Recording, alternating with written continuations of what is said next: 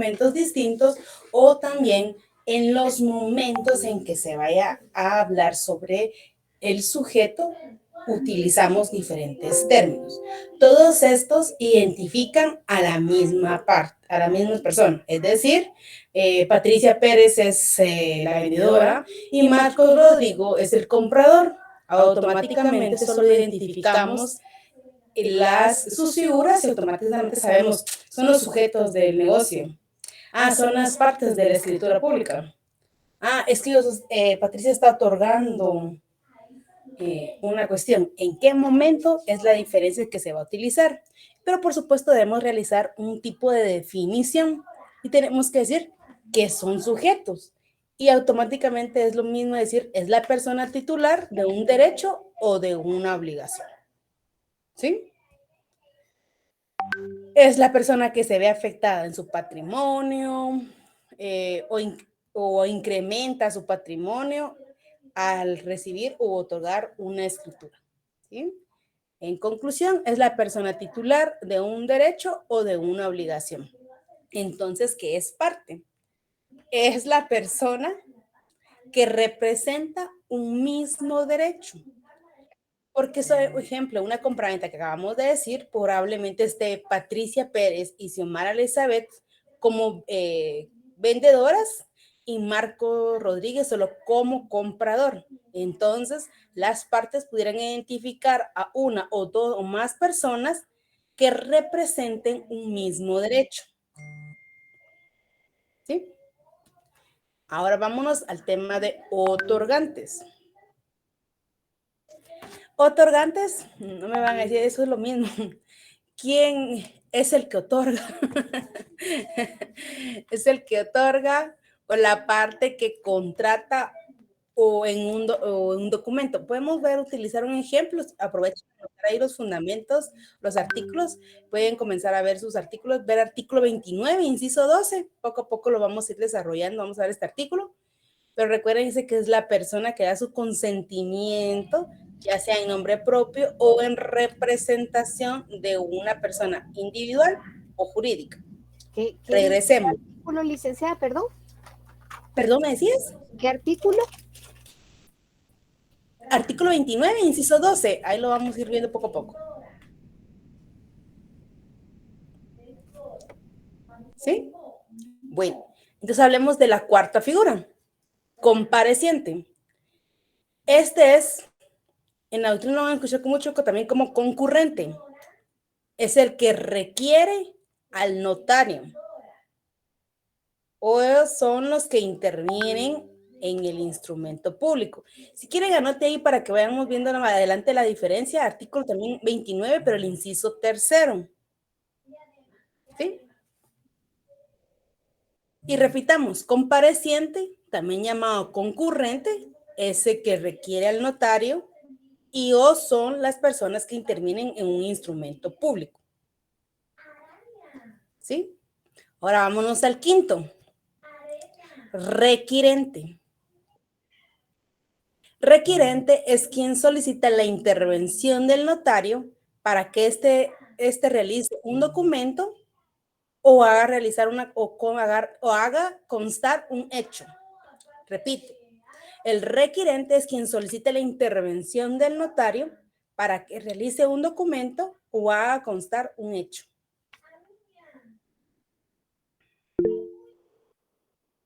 Otto Leonel Escobar Estrada, buenas noches, dime. Licenciada, muy buenas noches, mucho gusto. Licenciada, con una consulta. Fíjese de que yo me quedé, yo solo tengo 4 y usted dijo que eran 5, ¿verdad? Yo tengo los sujetos, el otorgante, los comparecientes y el requirente. ¿Cuál será el otro, licenciada? Disculpe. Ok, te repito toda la clase, no te preocupes, Otto, no te vi, pero gusto conocerte. Sujetos, parte, otorgante, compareciente y requirente. Gracias, muy amable, y disculpe que no prenda la cámara, fíjese que ahora tengo problemitas con la cámara. Disculpe, licenciada. Bueno, ok. Ok, entonces, ¿estamos bien? Sí, los 5 elementos personales que podríamos hablar, obviamente que son los mismos, solo que en sinónimos podríamos utilizar en momentos diferentes la persona que va a realizar el otorgamiento. ¿Sí? Génesis, ¿tomaste nota de qué son los otorgantes?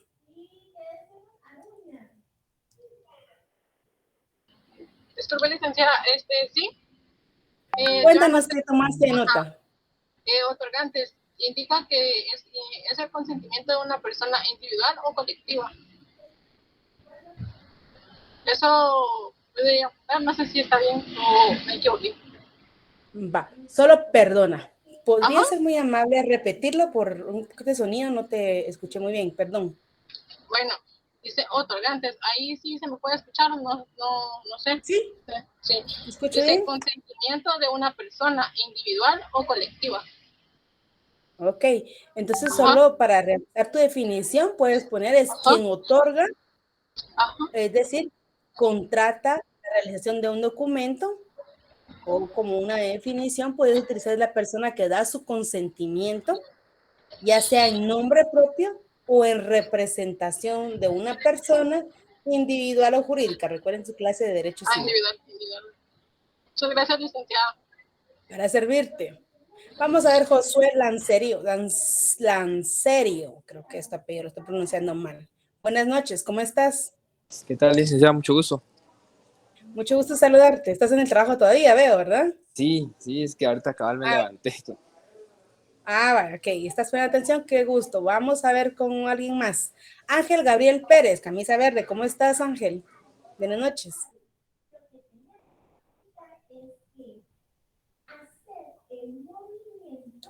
Ángel Gabriel. Sí, licenciada, buenas tardes. Buenas tardes, Ángel Gabriel. ¿Serías tú muy amable, por favor, de repetirle a tus compañeros los 5 figuras que utilizamos como elementos personales del instrumento público? Claro que sí, es el sujeto, las partes, compareciente, otorgantes y requiriente. Excelente, muy bien. Gracias, Ángel Gabriel, muy amable. Ok, entonces cuando hablamos, recuérdense de esto, no se les va a olvidar, más adelante vamos a ir viendo dentro del tema de redacción y vamos a aprender de los cuales les di algunos artículos, son los momentos específicos para utilizar la figura de estos elementos, ¿ok? Luisa Fernanda Ramírez, dime, Luisa. Sí, disculpe, licenciada, fíjese que me faltó la definición de las partes. Ok. La parte podrías colocar así como que es la persona que representa un mismo derecho.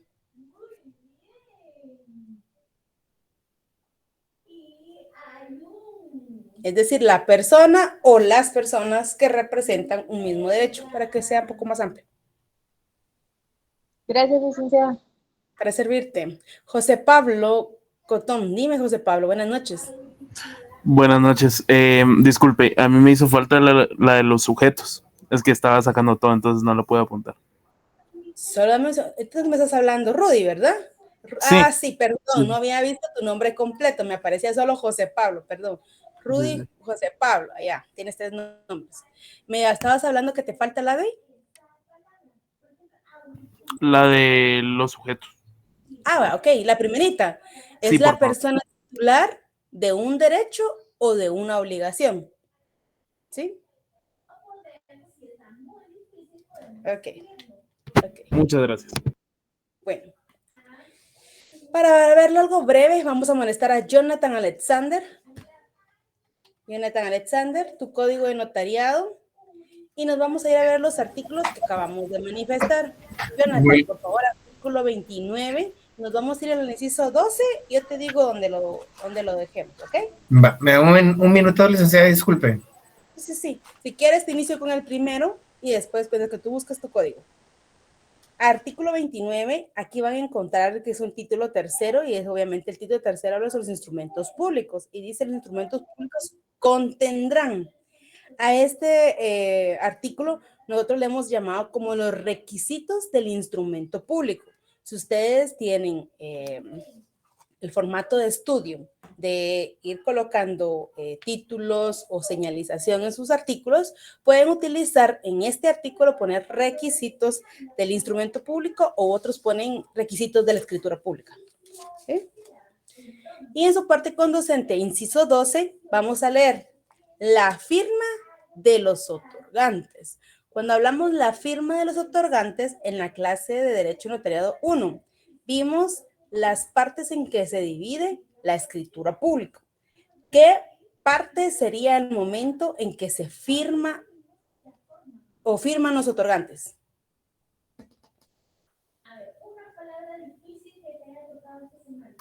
Listo, licenciada, disculpe. Ok, Jonathan, ahora te doy la palabra. ¿Alguien se recuerda en las tres partes que dividimos la escritura pública y dentro de esta tercera? Sería el cierre, ¿no?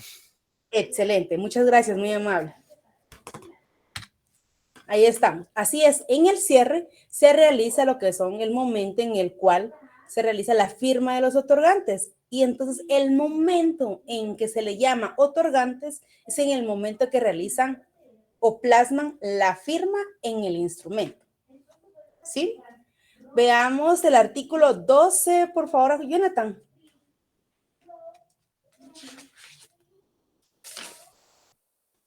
Artículo 2, el protocolo.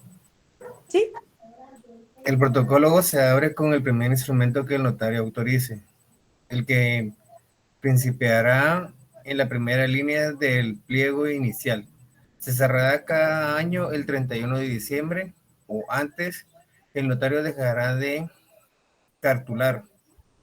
La razón de cierre contendrá la fecha, el número de documentos públicos autorizados, razones de legalización de firmas y actas de protocolación, número de folios de que se componen, observaciones, si se les subiere y firma del notario. Ok, una pregunta para las personas que están poniendo un poquito de atención. En el artículo 12 hablamos sobre cómo se abre y cómo se cierra el protocolo. Entonces, ¿qué relación tiene aquí con el tema de los otorgantes?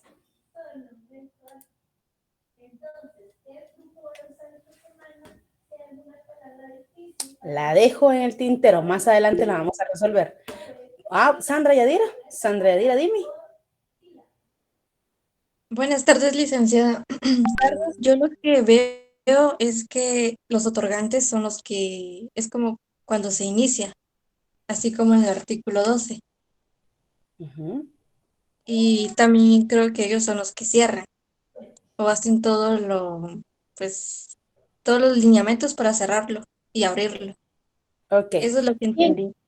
Ok, Sandra Yadira, para ampliar tu respuesta y puedas resolver unas dudas. ¿Quién abre el protocolo entonces?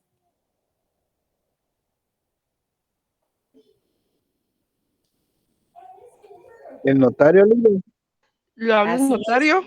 El notario. El notario es el que, a través de las funciones notariales, realiza la función de elaborar el primer instrumento, por lo cual el notario es el que abre el protocolo al redactar el primer instrumento. ¿Quién cierra el protocolo entonces, Sandra Yadira? El notario también. Así es, Sandra Yadira. Cierra el protocolo el notario. Recuérdate que está encargado de realizar todo lo que es la elaboración de los instrumentos y el cierre es una de las obligaciones que se tiene como notario a realizar. Obviamente, imagino que tú primero viste las formas de cerrar el protocolo, es decir, rapidito, haciendo el 31 de diciembre de cada año por ocupar un puesto o por ausentarse más de un año del país. Entonces, automáticamente sabe las circunstancias en los momentos en que se realiza el cierre de protocolo. ¿Sí? Va. Más adelante se la voy a resolver. Vamos adelante. Por favor, Jonathan, artículo 29, inciso tercero.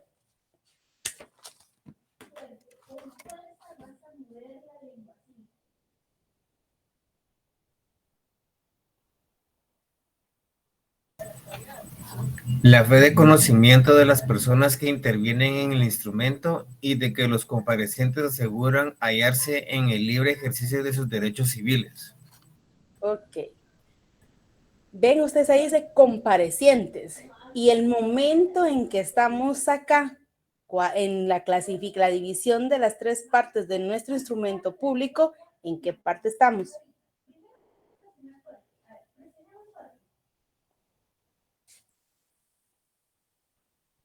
Catherine Gabriela, dime tú.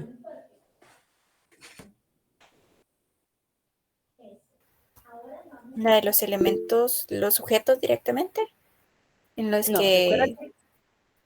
recuérdate, Catherine, de que la escritura pública se divide en tres.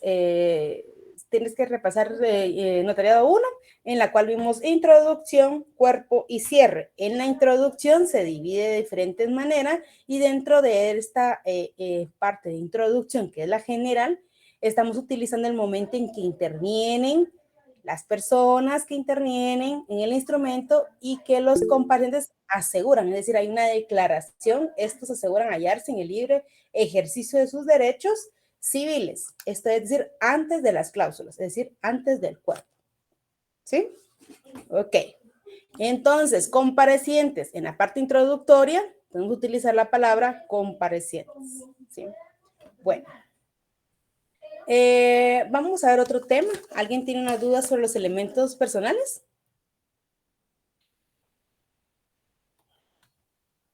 ¿No? Ok, vamos a entrar al siguiente tema. El siguiente tema lo vamos a titular, por favor, auxiliares del notario.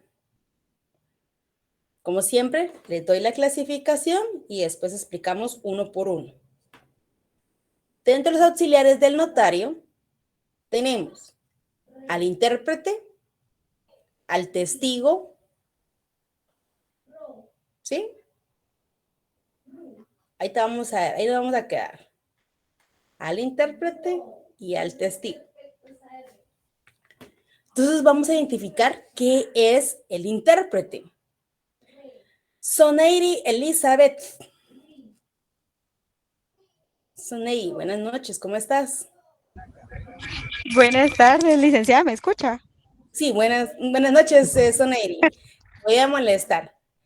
¿Tú me podrías dar tu idea de qué es un intérprete? Es alguien que, o sea, como las palabras es alguien que de forma fácil o entendible explica algo de alguien. Está algo de alguien. ¿Y por qué está explicando algo de algo de alguna alguien? acción?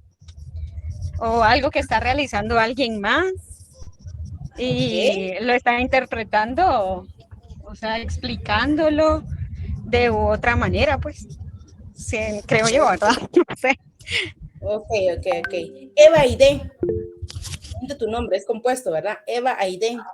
Ayúdame. Buenas tardes, licenciada. Buenas tardes. Eva Aide. ¿Algo que le faltó allá a Soneira?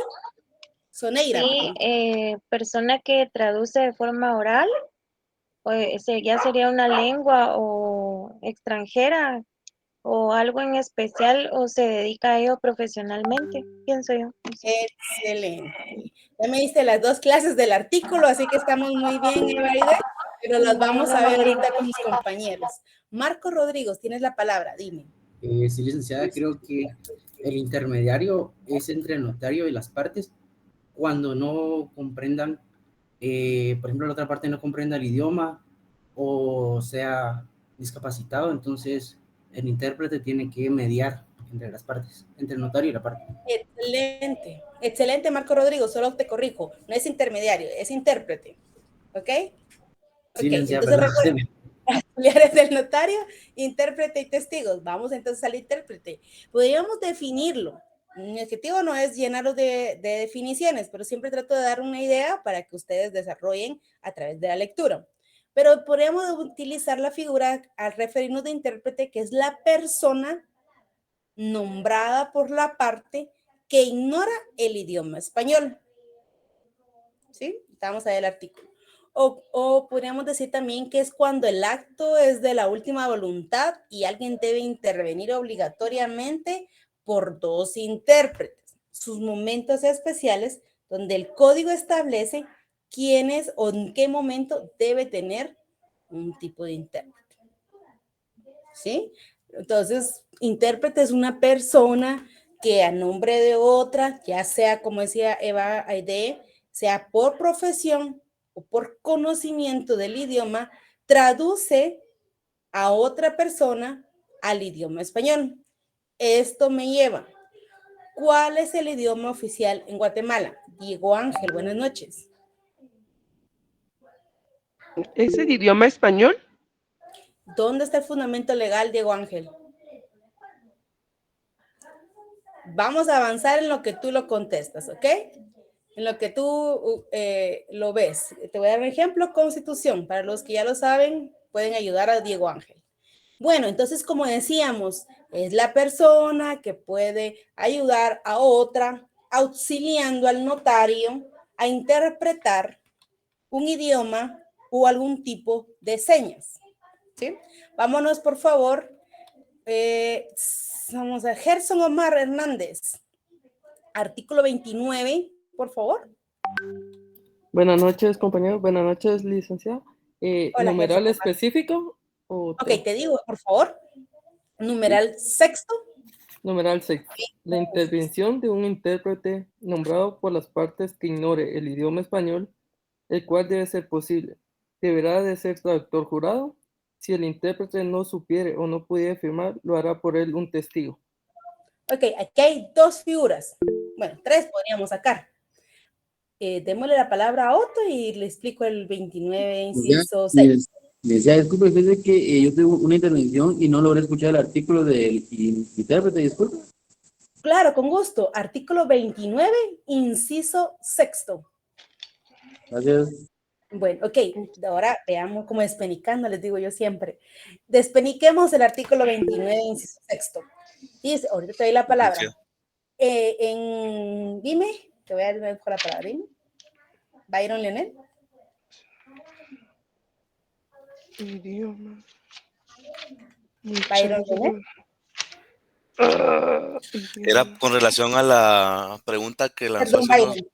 ¿Me Jocelyn, escucha? se te activó tu micrófono. Perdón. Ahora sí, Byron Leonel, dime, por favor. Era con la pregunta que hizo hace unos minutos del idioma oficial, que es el artículo 143 de la Constitución. Solo danos la lectura, que estamos en artículos, aprovechemos a leer. Así nos va quedando.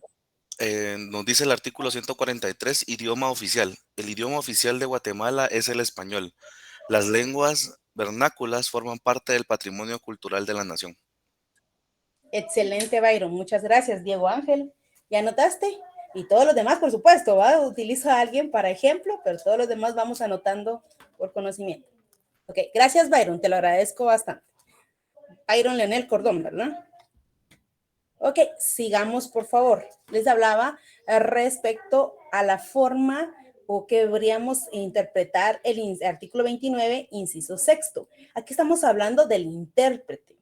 Dice, la intervención de un intérprete nombrado por la parte que ignore el idioma español.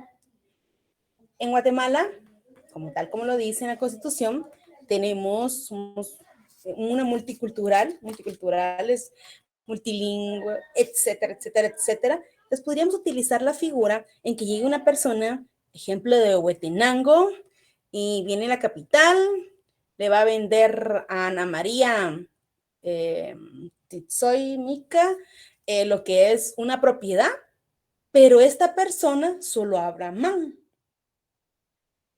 Podemos utilizar la figura de un intérprete del idioma.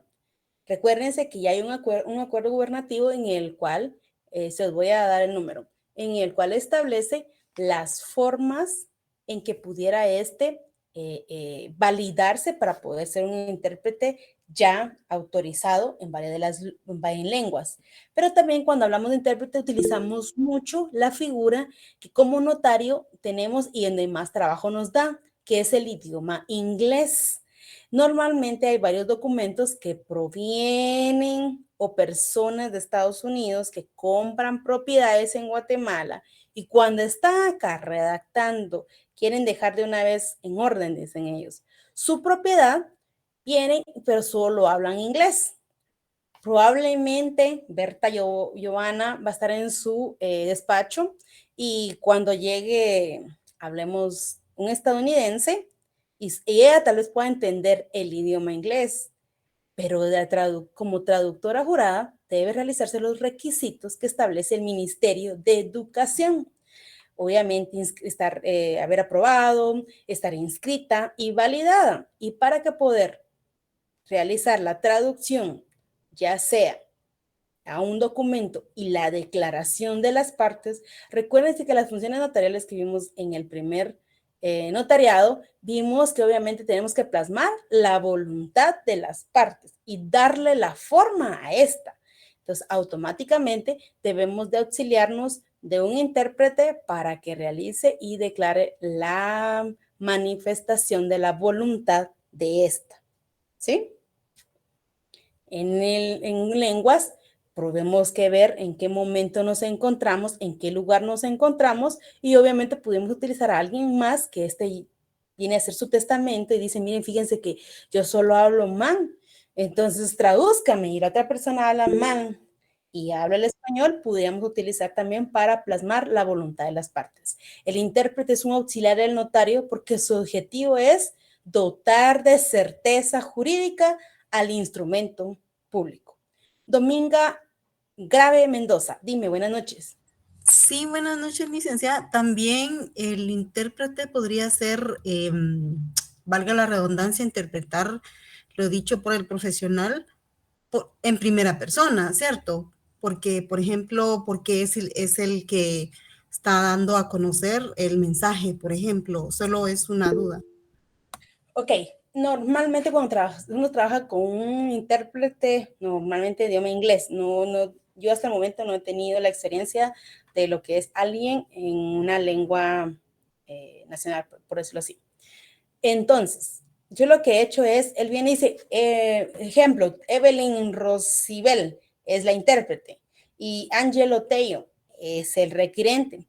Viene y me dice, Evelyn, don Ángelo manifiesta que él quiere otorgar esta escritura porque quiere venderle a Ingrid Lisbeth. Pero fíjese que quiere venderle a Ingrid Lisbeth, pero quiere de una vez que le pague en este momento y que usted se dé cuenta. Normalmente la gente le dice a uno que cuente la plata ahí, que sí esté cabal, le dicen a uno, ¿verdad?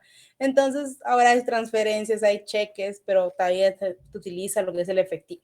Pero quiere que establecer ahí que él le vende, pero que no pagó el JUS y que ella acepte. Entonces, yo escucho a Evelyn, ella me está manifestando siempre que es Ángel el que él está diciendo esto, porque no está hablando en nombre propio, sino está hablando en traducción de Ángelo. No es lo mismo, hay un intérprete que está traduciendo lo que don Ángelo está manifestando que una mandataria que es la figura que tú estás tal vez asociando. La mandataria actúa en representación de Ángelo. Es otra figura distinta. ¿Ok? ¿Contesté tu pregunta? Sí, licenciada, gracias. De nada. Edgar Olivares, dime. Gracias, Lida. Solo creo que me perdí un poco, pero en el caso de que uno como notario hable 2 idiomas extranjeros, ¿uno puede servir como traductor o no? Ok, como traductor tú podrías, si estás registrado, sí lo puedes realizar, pero debes estar autorizado por el Ministerio de Educación. ¿Sí? Pero entonces actúas como notario. Ajá.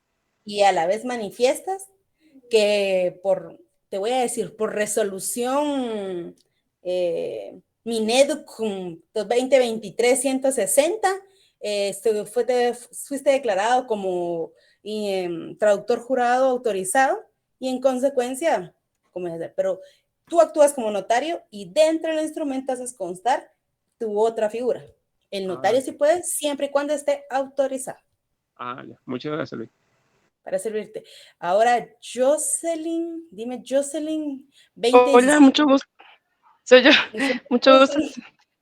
No tenga pena. Licenciado, es una pequeña duda. En este caso, así como, pues, como hay personas que, como usted dice, hablan 2 tipos de lengua, tanto el español como el inglés. En este caso, ¿se hace también un acta o se traduce ese acta también al idioma inglés o únicamente al idioma español? Pregunta. Ok, cuando vamos a surtir efectos en la República de Guatemala, tal y como Byron Leonel nos ayudó, todo debe constar en el idioma español. Cuando estás utilizando lo que es un intérprete, que más adelante podríamos utilizar la figura de traductor jurado, este está plasmando a viva voz la voluntad del otro. ¿Sí? Ok, ya estoy. Tú tienes aquí Gracias, adelante el licenciada. vendedor, el comprador y el intérprete. ¿Sí? Muy bien. Estás aquí enfrente de tu oficina, tu escritorio, tienes estas tres figuras. Él te está manifestando la voluntad de las partes. Cuando Muy bien. utilizamos la figura específicamente que tú estás relacionando es traductor jurado para algunos documentos provenientes del extranjero. Otra cosita que vamos a ver más adelante, pero aquí es por escrito. No es lo mismo el intérprete que es verbal que el traductor que puede hacerlo verbal y por escrito. Muy bien. Muchas gracias, licenciada. Para servirte. Aprovechando, Jocelyn, fíjate que creo, no estoy tratando en lo que estaba hablando contigo, tratando de recordarme si lo dije o no lo dije en la clase que tuvimos la semana pasada de introducción. Fíjate que te voy a agradecer si por favor en tu usuario utilizas tu nombre, ya que yo cuando estoy dando punteos, si estoy viendo, estoy tomando un screenshot, entonces yo necesito ver tu nombre. Entonces yo siempre les digo a todos, a mis alumnos que no permito que se pongan bebecita. Sí, fíjate que es porque un licenciado X pues nos pidió en la oportunidad que le pusieran mi nombre, más mi número de carnet, pero mi apellido. Pero no tenga pena, con mucho gusto lo puedo modificar, no sin ningún problema. Gracias, Jocelyn, muy amable. Ahí lo haces, lo actualizas para que te aparezca, porque no es inmediato. Entonces, lo actualizas, no te preocupes. Pero utilicemos nuestro nombre, así nos conocemos, y dos, y me es más fácil identificarlos en la lista, porque ahorita estamos 229 conectados. Vamos a ver cuántos se terminan de asignar acá para poder continuar, ¿ok? Marvin Iván Galdames Morales, dime. Hola, Lita, buenas tardes. Buenas tardes. Con una duda. En el caso de que, por ejemplo, las dos partes fuera, por ejemplo, una de acá de Guatemala y una del extranjero, pero ambas se entienden, ¿es siempre un requisito que haya un traductor o ellos sí se pueden sentar a negociar, digámoslo así, si en el caso del de Estados Unidos medio mastica el español y el de acá medio mastica el inglés? No sé si es obligatorio que haya un traductor o si ellos entienden puede ser únicamente entre ellos dos y el notario, perdón. Estás hablando de las partes, tú no estás Así hablando es. del comprador y del vendedor. Ellos Así se es. entienden, están negociando y se ponen de acuerdo. Y él Ujú. dice, él dijo y todo. Bueno, Ajá. yo te diría que como tú estás buscando la seguridad jurídica del instrumento, y obviamente el objetivo es otorgar certeza a toda la negociación, yo te diría que lo mejor y lo correcto, en la práctica es una cosa y lo que es legal es otra cosa. Te voy a contestar legalmente. Legalmente tú tienes que recibir y recepcionar la voluntad de tu cliente directamente de este. No te dice que solo 50,000. Pero eran dólares y te dice que el otro te dice quetzales y ya firmaron y ya se otorgó la escritura. Tú tienes que estar muy seguro de que la voluntad de las partes se está cumpliendo en todo momento y recuérdate que si tú sabes que él no habla el idioma español, tu obligación en base a este artículo es solicitar la ayuda de un intérprete. No puedes presumir de lo que el otro te está diciendo es lo correcto. ¿Sí? Tú solo elaboras, tus plasmas la voluntad, moldeas el documento, pero no así tomas decisión por este. Recuérdate que también está la figura de asesoría ante el instrumento, pero tú asesoras, pero tú no decides. Entonces es muy importante que sí el intérprete conste cuando este no sabe hablar el idioma oficial de Guatemala. ¿Ok? Dice, es el intérprete, preferible que sea traductor. Ya vimos con tu compañerita que más adelante vamos a ver la figura de traductor jurado, que normalmente la utilizamos para cosas en escrito. Y aquí viene otra parte de este artículo que es un poco ¿Por qué más tienes que saber tú que este intérprete debe tener conocimiento? Porque fíjate que lo haces comparecer. Compareces a la compradora, a la vendedora, al intérprete del idioma mamá, estamos utilizando el ejemplo ahorita, y este firma el instrumento público, es decir, también cuenta una responsabilidad dentro del instrumento público. Pero ¿qué pasa? Y aquí ponen el ejemplo, dice, si el intérprete no supiere o no puede firmar, viene otra persona más, es un testigo. Es decir, hay clases de testigos, ahorita vamos a comenzar a ver, aquí es un testigo a ruego que automáticamente comparece todavía otra vez a favor del intérprete, porque este no puede firmar. Son figuras, ahorita cuando estamos hablando de los elementos y los auxiliares, vemos muchos nombres y nos imaginamos la misma persona. Tenemos que comenzar a ver que dentro del negocio pueden comparecer muchas personas más. Doy la palabra a Manuel Domingo. Dime, Manuel, voy con el resto. Muy buenas noches o tardes, licenciada. Una consulta. Cuando un notario está realizando algún documento, por ejemplo, con un cliente del extranjero, si el cliente necesita que el documento se le envíe, pero que sea traducido, ¿el notario lo puede realizar aquí? O... Tú vienes y haces un documento en idioma español, pero va a surtir efectos en Estados Unidos, por lo que entiendo, por lo cual necesitas realizar todas las fases de ley. Primero, haces el documento, lo remites al traductor, el traductor viene, vamos a ver eso en la última clase que ahora tengo programada, viene el traductor, el cual está inscrito en Mineduc, hace la traducción al idioma inglés. Después del idioma inglés, vienes tú, llevas su firma al Ministerio de Educación para la autenticidad de su firma. No del contenido del documento, sino autenticidad de su firma. Luego de esto, realizas todo lo que es el apostillado para remitirlo a donde va a surtir efectos. Entonces, tienes que ver específicamente si va a surtir efectos en Guatemala o va a surtir efectos en Estados Unidos. No es lo mismo un documento que venga de allá para acá que uno de aquí para allá. ¿Sí, Manuel Domingo? ¿Contesté? Sí, Ligda, gracias. Muy amable. No te causa una duda de la que te digo. No, licenciada. Ok, María Fernanda Álvarez Rosales. Buenas tardes, licenciada. Aún no me queda claro.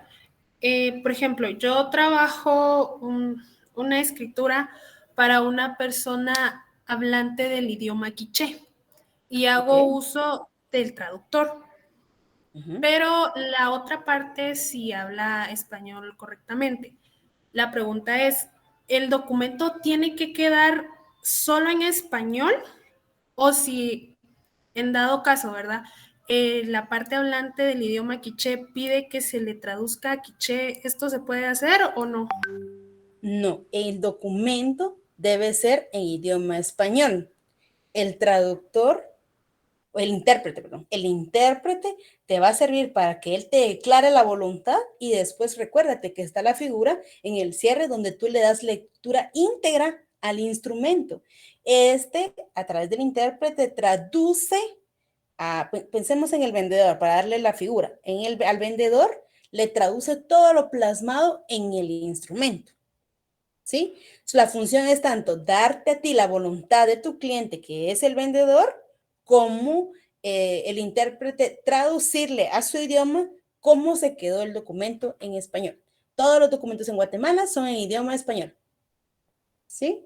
Las traducciones son aparte, depende para qué sea, realizas el documento y después pasas la fase de realizar ciertas traducciones.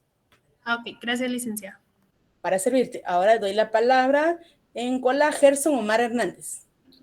Licenciada, con una consulta. En el caso de que nos venga un documento proveniente del extranjero, ¿verdad? Que en este caso sea todo el documento en inglés y necesitamos que surta efecto aquí en Guatemala, lo llevamos con el traductor y en la escritura, ¿comparece el traductor o no necesariamente? Ahí no me quedó muy claro. Viene un documento proveniente del extranjero con todo su apostillado, llega a tu oficina. Vienes tú, recibes el documento y para que surtas efectos, automáticamente realizas lo que es la traducción. Vas al traductor, este traductor realiza, te lo pasa al idioma español, te lo certifica o autoriza, creo que es la palabra correcta para ellos, lo autoriza y tú vienes a protocolizarlo en tu protocolo para que puedas inscribirlo en el archivo general de protocolos y automáticamente puedas surtir efectos a lo que viene. Pensemos de un mandato porque no es práctico pensar, ¿sí? Un mandato. Este es el procedimiento que se hace en un documento proveniente del extranjero, de allá para acá. ¿Sí? Gracias, Lita. Ahora sí, Ethel Galeano. Hola, licenciada, buenas noches. Buenas Fíjese noches. que me quedó muy claro. ¿A qué ministerio debemos llevar a autenticar la firma del traductor? Ok, cuando veamos todos los pasos de ley, no te preocupes, vas a ir viendo cada uno de los pasos, pero te contesto para que comencemos a ver para dónde. Mira, pues, el traductor lo llevas al Ministerio de Educación. Ah, ok. Ahí te autentican la firma del traductor. Ajá. Gracias, licenciada. Ok.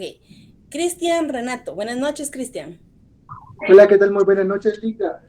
Solamente para darle fundamento legal de lo que estaba hablando, los documentos provenientes del extranjero, se encuentra el artículo 37 de la Ley del Organismo Judicial, al artículo 40. Correcto. Muchas gracias, Lica. Gracias, Cristian Renato, te agradezco bastante. Me fascina que estemos usando uso de manejo de códigos, uso de libros, lo que sea, toda participación es bienvenida. Ok, ¿entendimos la figura del intérprete? Nos avanzamos hasta un poquito más, nos fuimos al traductor, nos fuimos a todos, pero entendimos quién es el intérprete.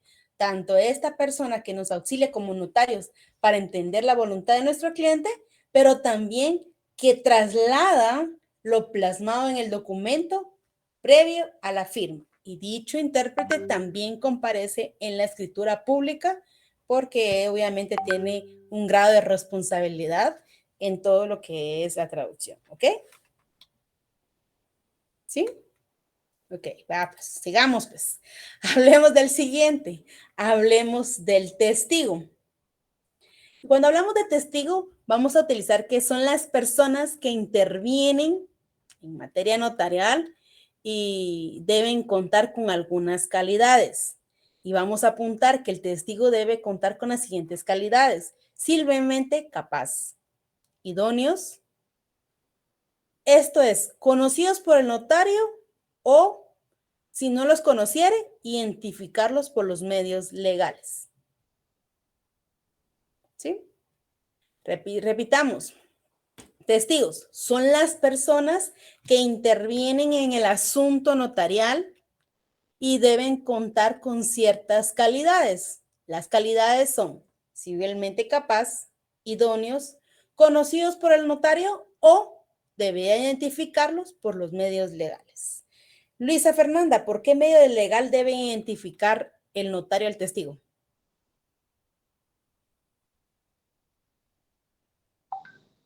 ¿Sí se me escucha? Sí, sí.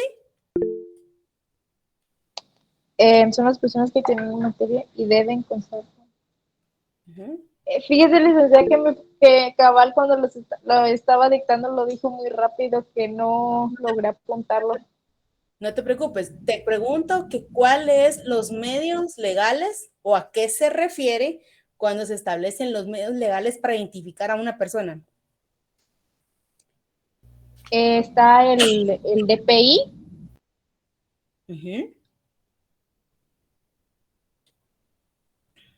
Ok.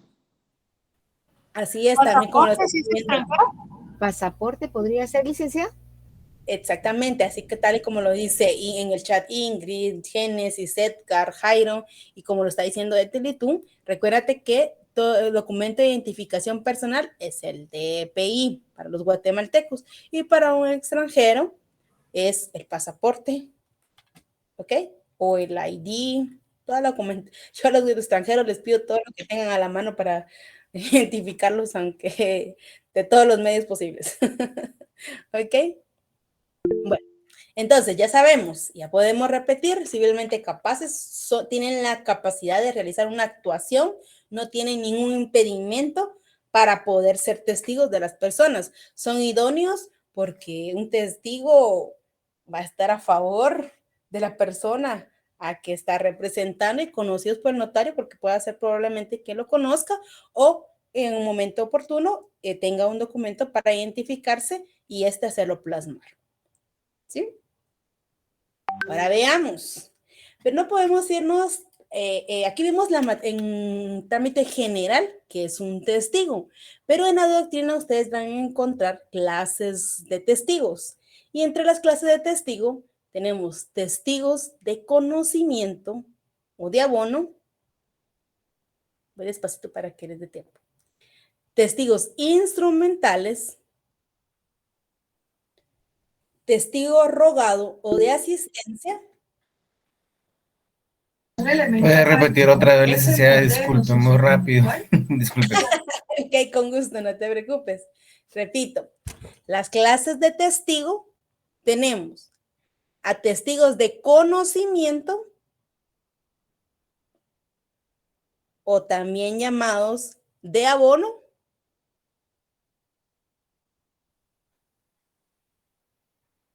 Testigos instrumentales,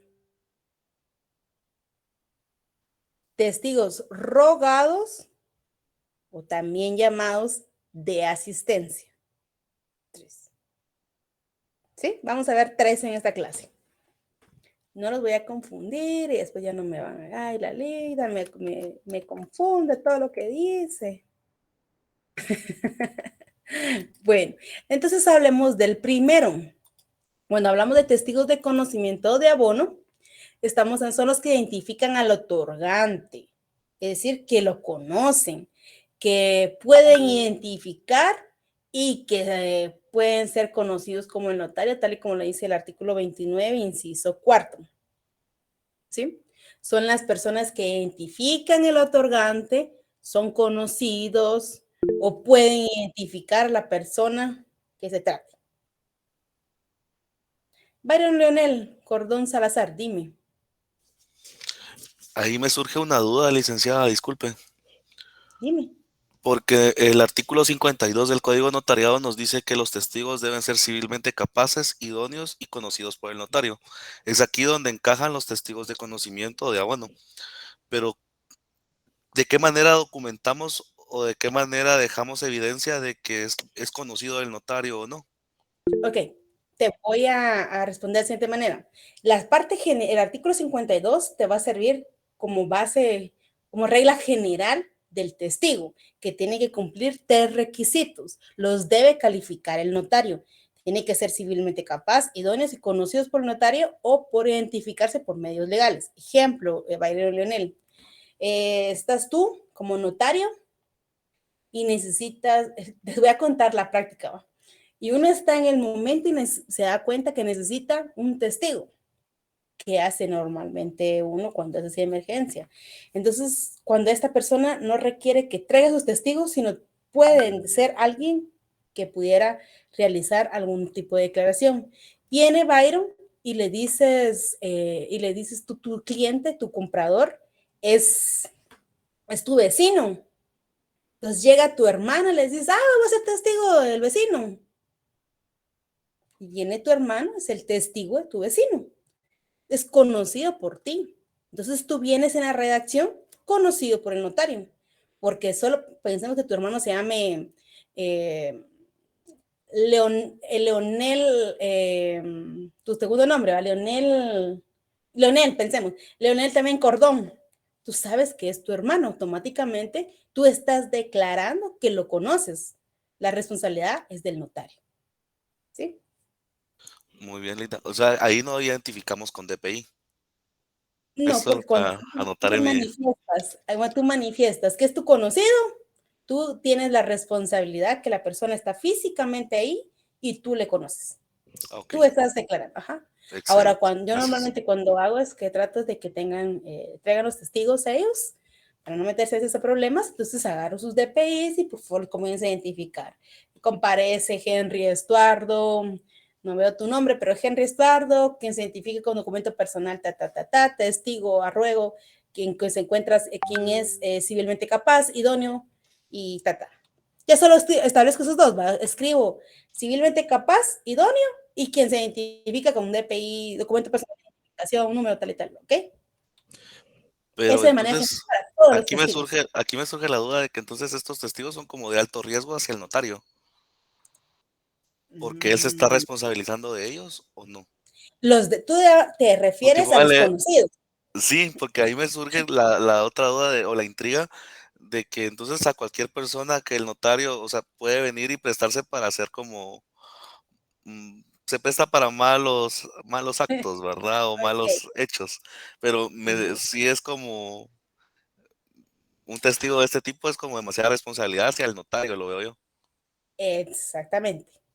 La Gracias, responsabilidad de licenciada. conocerlo automáticamente es tuya como notario, porque tú dices, no, conocido por, así tienes que poner, quien no sé, civilmente capaz, idóneo y conocido por el notario o por el infrascrito notario, y automáticamente la responsabilidad, como tú dices, queda en ti. ¿Sí? Ok, muchas gracias por la aclaración, Lita. Bueno, esto es de manera general. Ahora, cuando hablamos de las clases de testigo, repito, vamos a ver testigos de conocimiento o también llamados de abono, testigos instrumentales, testigos rogados o de asistencia. Y entre los testigos de conocimiento no estamos dando una definición, estamos dando una idea.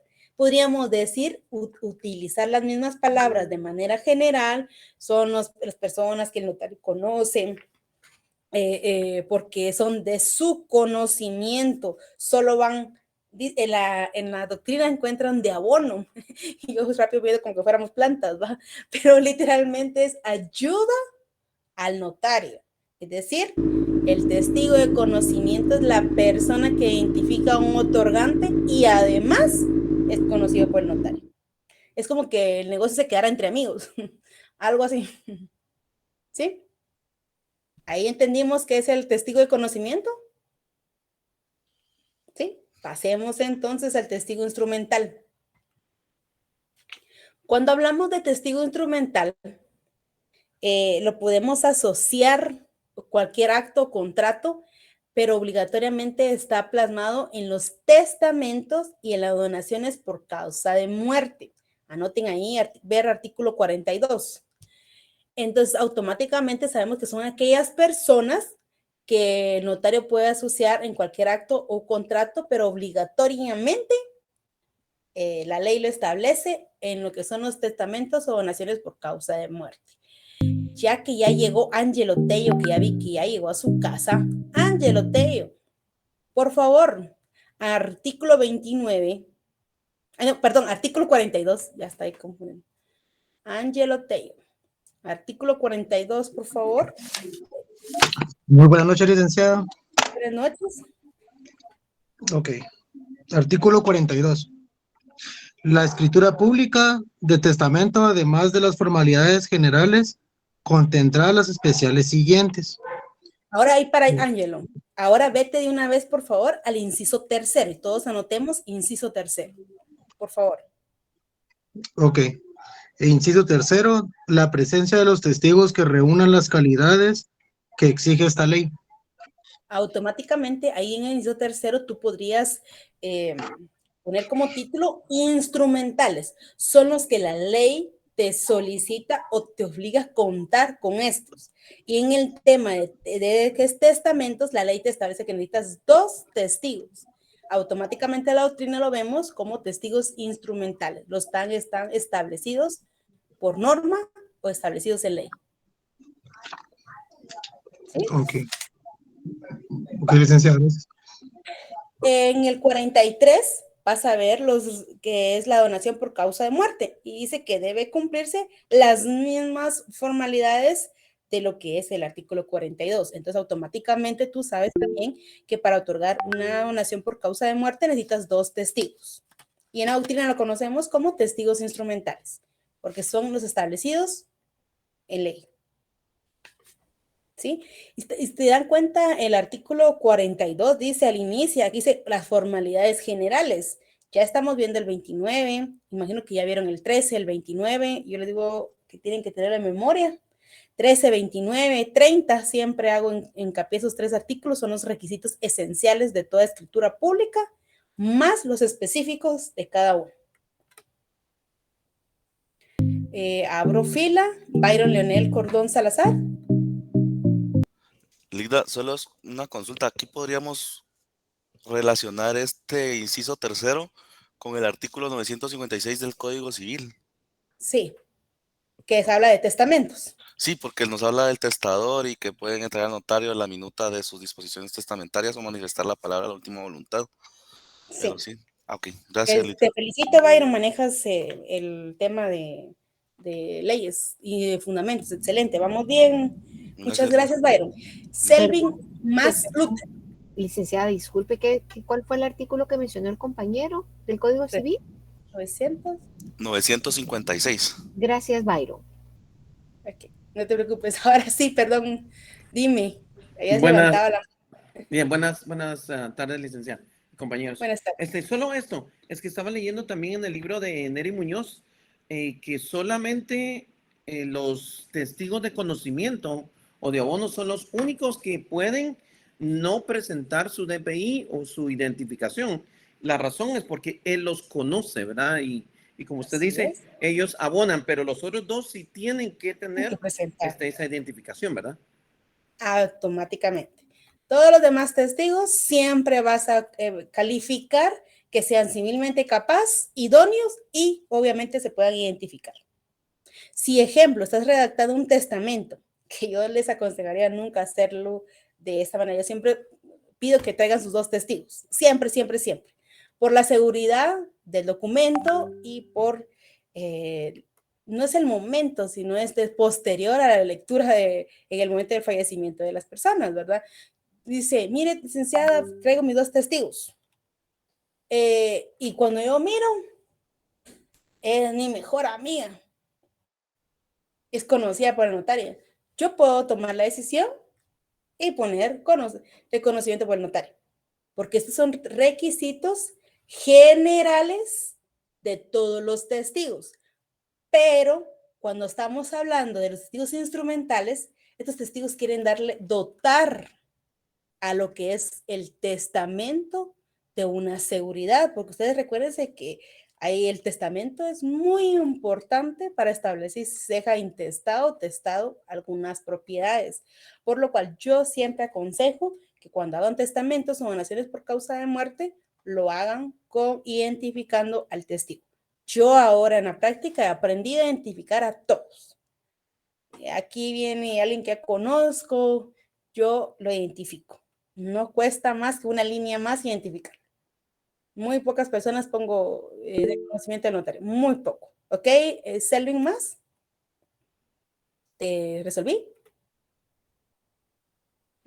Licenciada, disculpe. Entonces, en este caso podría ser, como usted dice, identificar a siempre los testigos, aunque los conozcamos. ¿No estaría de más identificarlos siempre? No estaría mal. La palabra correcta, Jocelyn, no estaría de más identificarlos aunque los conozca. Yo utilizo ese método, pero ustedes van a estar en el momento realizando el documento y ustedes van a tomar sus propias decisiones, pero mi consejo, la ley les da 2 maneras, establecer que sean de conocimiento o identificarlos. Mi consejo es que siempre los identifiquen. ¿Ok? Muchísimas gracias. Luisa Fernanda Ramírez Rivas, dime.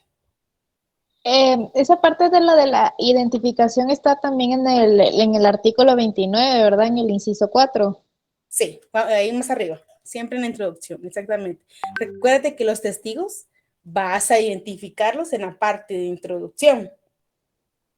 Es por eso que están en el inciso 4. Ahorita lo vamos a ver, ¿ok? Junior, dime Junior. Ya miro tu nombre, ya sé que eres tú. Junior, dime.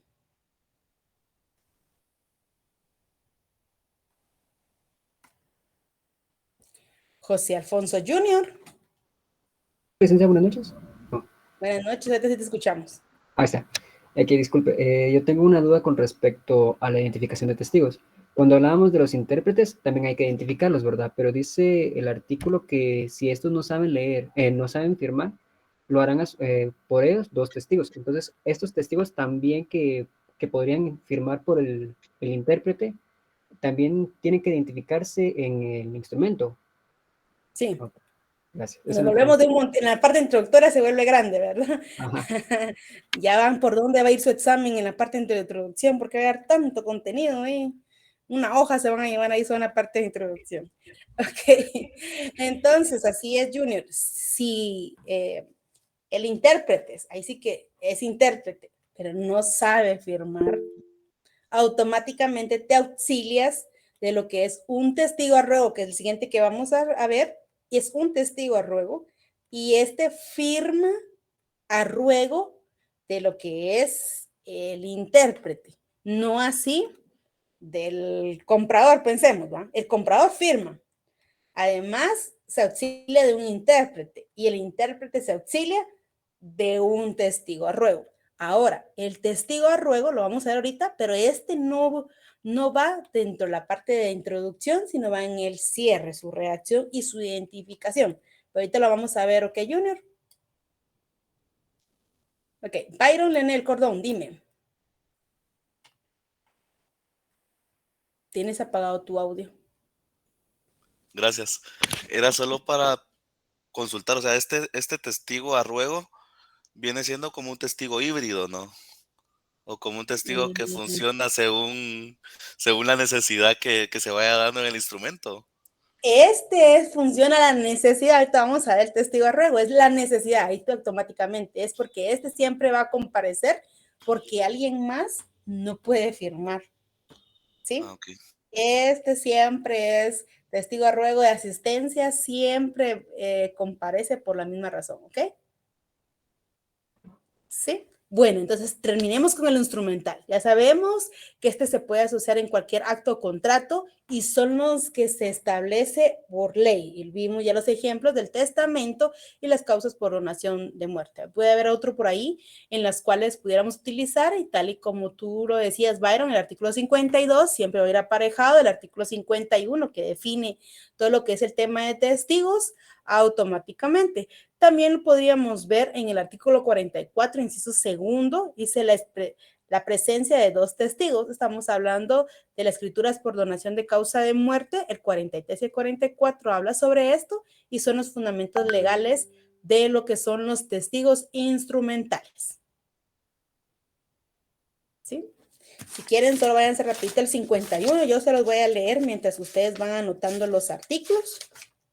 Y el artículo 51 literalmente nos asocia o nos define, si quieren decirlo así, una manera legal lo que es el testigo. Y dice que el notario podrá asociarse de testigos instrumentales en los actos o contratos que autorice, pero si se trata de testamentos o donación de paso a muerte, está obligado a asociarse de los testigos que exige esta ley.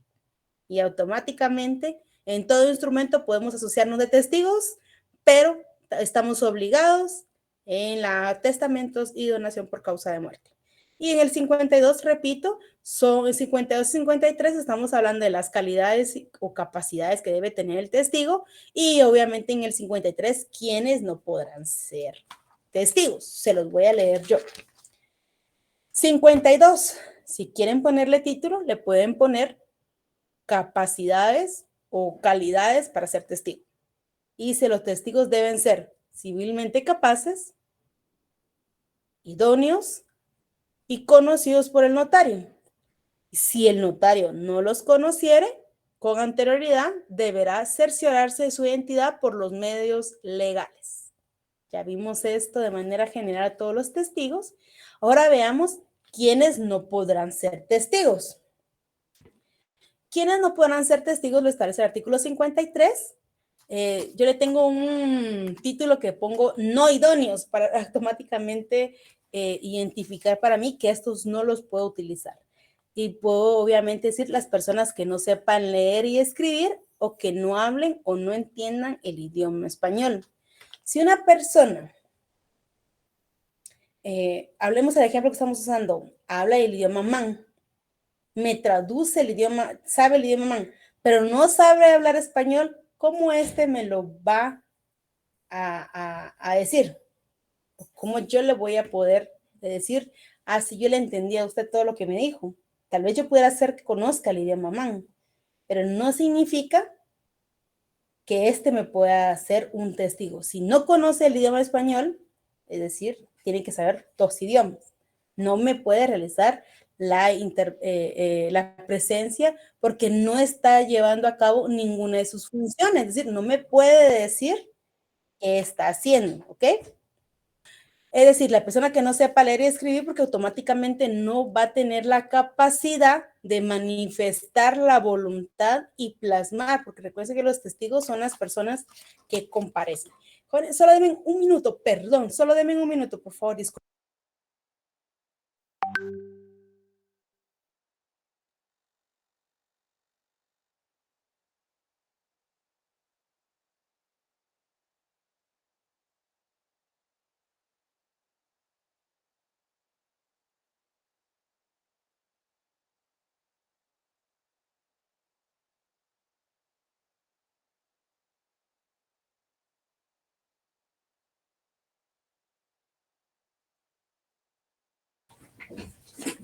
Perdón, jóvenes, disculpen. Estas personas para ser testigos deben saber leer, escribir y hablar el idioma español, ¿sí? No los van a confundir con los intérpretes. Repito, deben saber leer, escribir y entender. ¿Qué pasa si no sabe escribir? No, porque no firma, ¿va? No podría ser su testigo a ruego porque no podría firmar. Entonces teníamos un testigo para el testigo. Entonces automáticamente debe tener todas estas capacidades. Debe leer, escribir y hablar el idioma español. ¿Ok? Las personas que tengan interés en el acto o contrato. ¿Qué pasa? Ejemplo. Viene Ethel, trae su testigo y es, vamos a utilizar tu familia, Ethel, tu hijo, ¿verdad? Pero a tu hijo le conviene que tú le vendas a su socio. Tú le vas a vender una propiedad al socio de él. Entonces vienes tú y él tiene interés porque automáticamente al trasladar la propiedad hacia él o hacia la empresa de él, se beneficia a él de la sociedad que tiene. Automáticamente ahí, si tiene interés, no puede ser testigo. ¿Sí? Los sordos, mudos o ciegos. Ahora en la práctica no se conocen así, ¿verdad? Personas con discapacidad auditiva, discapacidad visual o física, pero recuérdense que el código está creado muchísimo más antes y entonces aquí todavía lo llama como sordos, mudos o ciegos. Byron Leonel Cordón, dime. Lida, eso que acaba de mencionar usted, también está con el Código Civil, relacionado con el Código Civil, el artículo 957, pero hay notarios que yo he visto que a esto les llaman testigos de lectura, porque son para personas con discapacidad, pero no sé si es correcto ese término. Mira, pues.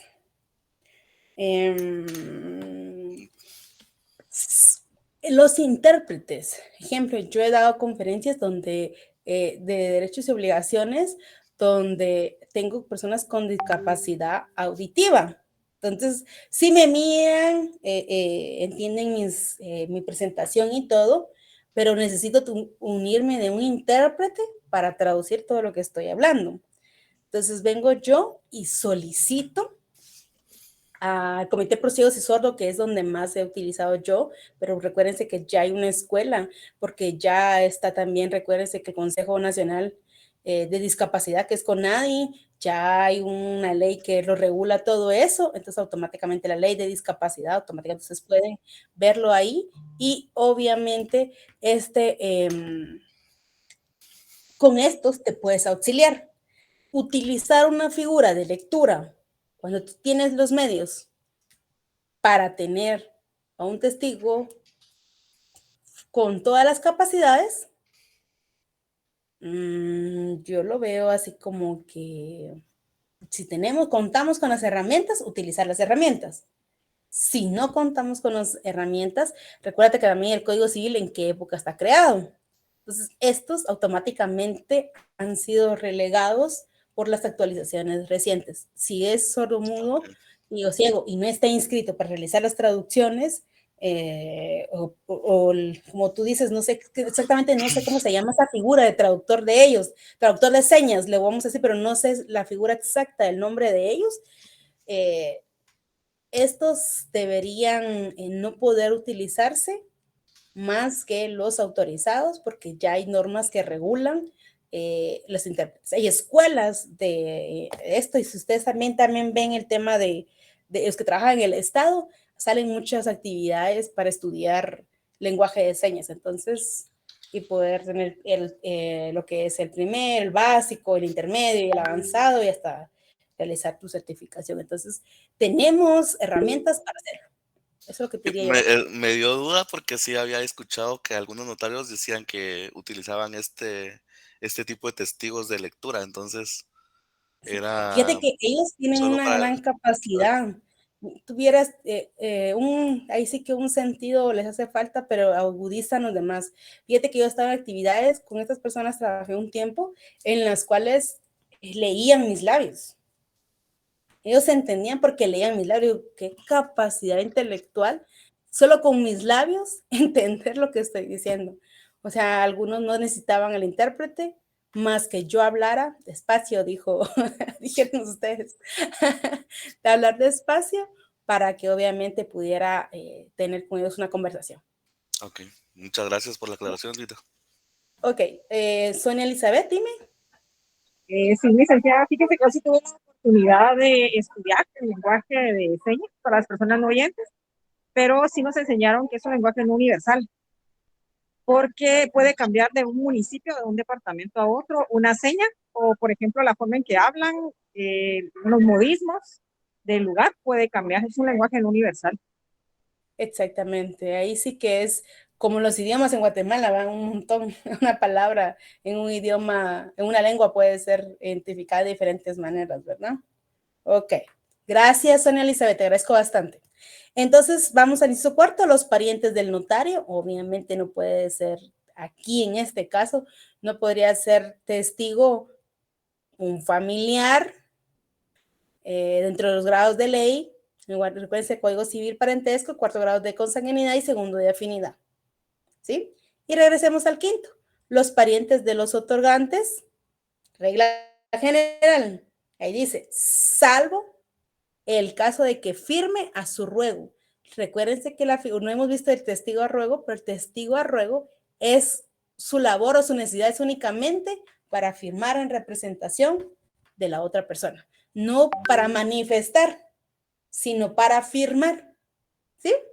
Cuando sepan hacerlo o no se trate de testamentos o donaciones por causa de muerte, porque automáticamente ahí sabemos que es el testamento, los testigos son los instrumentales, ¿ok? Sí. Nos vamos a quedar aquí, pero nos faltó un testigo, que es a ruego, que ya casi que ya lo manejan por todo el tema que hemos estado viendo. Pero por favor, los espero el día jueves. Siempre abro la sala a las 5:30, pero comienzo a platicar con ustedes a las 5:40, dando 10 minutos para que ustedes se puedan conectar. Obviamente, gracias a todos los que iban corriendo ahí para sus casas. Estuve viendo ahí, ejemplo, que iban caminando y todo en bus. Ahí vi algunos para camino a su casa para poder recibir la clase. Les agradezco bastante, que tengan una buena noche. Los veo el día jueves. Buenas noches, Linda. Feliz noche. Descansen. Buenas noches, Linda.